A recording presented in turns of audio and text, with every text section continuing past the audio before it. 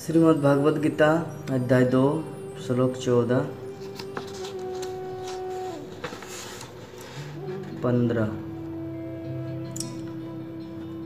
मात्र स्पर्शस्तु कौन्तेय शीतोष्ण सुख दुःखदा आगमोपायिनो नित्यस्तांस्तिशिष्य भारत। हे कुंती पुत्र, सुख तथा दुख का क्षणिक उदय तथा काल क्रम में उनका अंतर ध्यान सर्दी तथा गर्मी की ऋतुओं में आने जाने के समान है। हे भरतवंशी, वे इंद्रिय बोध से उत्पन्न होते और मनुष्य को चाहिए कि अविचल भाव से उनको सहन करना सीखे।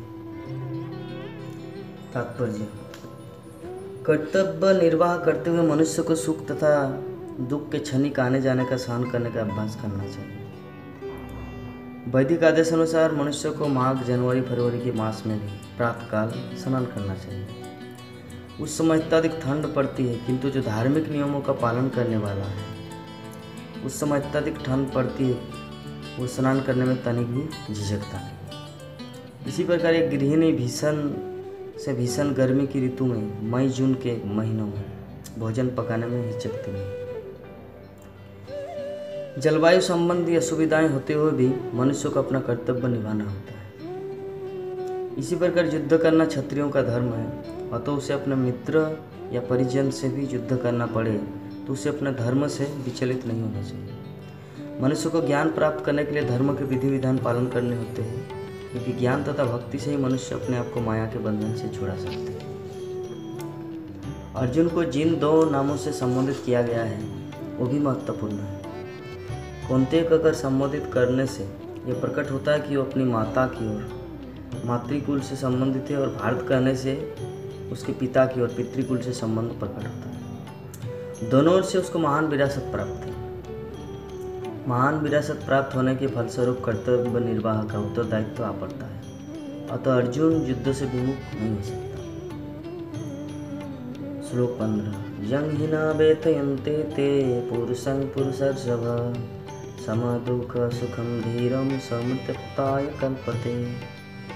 हे भरत पुरुष श्रेष्ठ अर्जुन, जो पुरुष सुख तथा दुख में विचलित नहीं होता और इन दोनों में समभाव रहता है, वो निश्चित रूप से मुक्ति के योग्य है।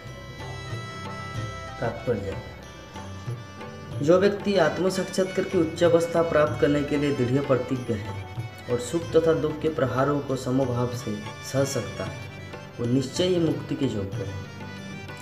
वर्णाश्रम धर्म में चौथी अवस्था अर्थात संन्यास आश्रम कष्ट साध्य अवस्था है। जो अपने जीवन को सचमुच पूर्ण बनाना चाहता है वो समस्त कठिनाइयों के होते हुए भी संन्यास आश्रम अवश्य ग्रहण करता है। ये कठिनाइयाँ पारिवारिक संबंध विच्छेद करने तथा पत्नी और संतान से संबंध तोड़ने के कारण उत्पन्न होती है। तो यदि कोई इन कठिनाइयों को सह लेता है तो उसके आत्म साक्षात्कार का पथ निष्कंटक हो जाता है। अतः अर्जुन को क्षत्रिय धर्म निर्वाह में दृढ़ रहने के लिए कहा जा रहा है। भले ही सज्जनों या अन्य प्रिय व्यक्तियों के साथ युद्ध करना कितना ही दुष्कर क्यों नहीं।